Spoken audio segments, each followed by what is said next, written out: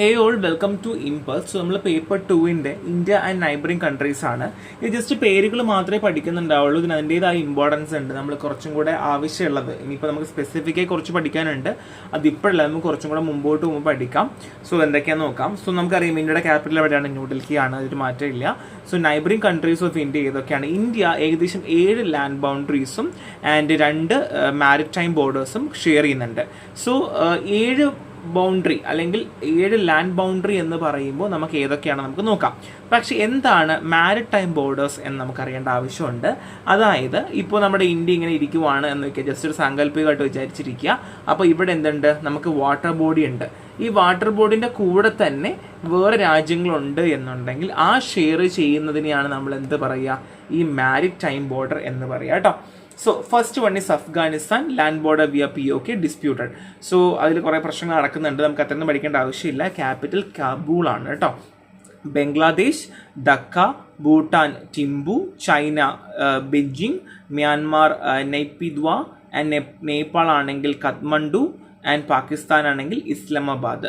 So നിങ്ങൾക്ക് capital പഠിക്കണം എന്ന് നിർബന്ധം ഉണ്ടെങ്കിൽ പഠിക്കുക. ഇല്ലെങ്കിൽ അഫ്ഗാനിസ്ഥാൻ, ബംഗ്ലാദേശ്, ഭൂട്ടാൻ, ചൈന, മ്യാൻമാർ, നേപ്പാൾ, പാകിസ്ഥാൻ പഠിച്ചു വെക്കുക. സോ 7 എണ്ണമാണുള്ളത്. ആൻഡ് മാരിടൈം നൈബേഴ്സ് ആണെന്നുണ്ടെങ്കിൽ Sri Lanka. So capital Sri, Jayawardenepura Kotte legislative ആണ്. And Colombo executive or commercial. And Maldives ആണെങ്കിൽ മെയിൽ. സോ ഈ രണ്ടും ശ്രീലങ്കയും മാൽദീവ്സ് നിങ്ങൾക്ക് അറിയാമല്ലോ. നമുക്ക് ഇന്ത്യയുടെ ലാസ്റ്റ് പോർഷൻ നോക്കുവാണെങ്കിൽ ഇപ്പോൾ അതായത് ഇപ്പോൾ ഇന്ത്യ ഇങ്ങനെ ഇരിക്കുവാണ്, എൻ്റെ ലാസ്റ്റ് പോർഷനിൽ ഇങ്ങനെ ഇരിക്കുവാണ് എന്നുണ്ടെങ്കിൽ ഈ ഭാഗത്തായിട്ടാണ് ശ്രീലങ്ക ഇങ്ങനെ ഇരിക്കുന്നത് കണ്ടോ. അതായത് എർത്ത് കൊണ്ട് തന്നെ ബൗണ്ടറി എന്ത് ചെയ്തു, അവിടെ നമുക്ക് കുറച്ച് ഡിസ്റ്റൻസ് തരുവാണ് ചെയ്തത്.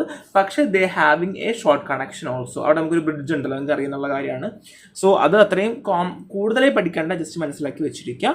സോ നമുക്ക് എങ്ങനെയാണ് പെട്ടെന്ന് ഈ അഫ്ഗാനിസ്ഥാൻ, ഭൂട്ടാൻ, ചൈന എന്നൊക്കെ പഠിക്കാൻ പറ്റുക? സോ ഈ മിനോണിമിക്ക് ഉപയോഗിക്കുക ABCDPNM for land neighbours. So A for Afghanistan, B for Bangladesh, C for China, and D for Bhutan, P for Pakistan, N for Nepal and Myanmar.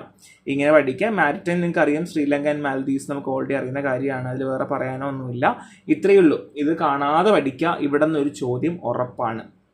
Neighbouring കൺട്രീൻ്റെ capital ആകാം, ഇല്ലെങ്കിൽ നൈബറിംഗ് കൺട്രിയിൽ ഏതെങ്കിലും ഒരെണ്ണം ചോദിക്കാം എന്നുള്ളതാണ്. ഇത് തീർന്നിട്ടില്ല. ഇനി നമുക്ക് കുറച്ചും കൂടെ എക്സ്പാൻഷൻ വരുന്നുണ്ട്.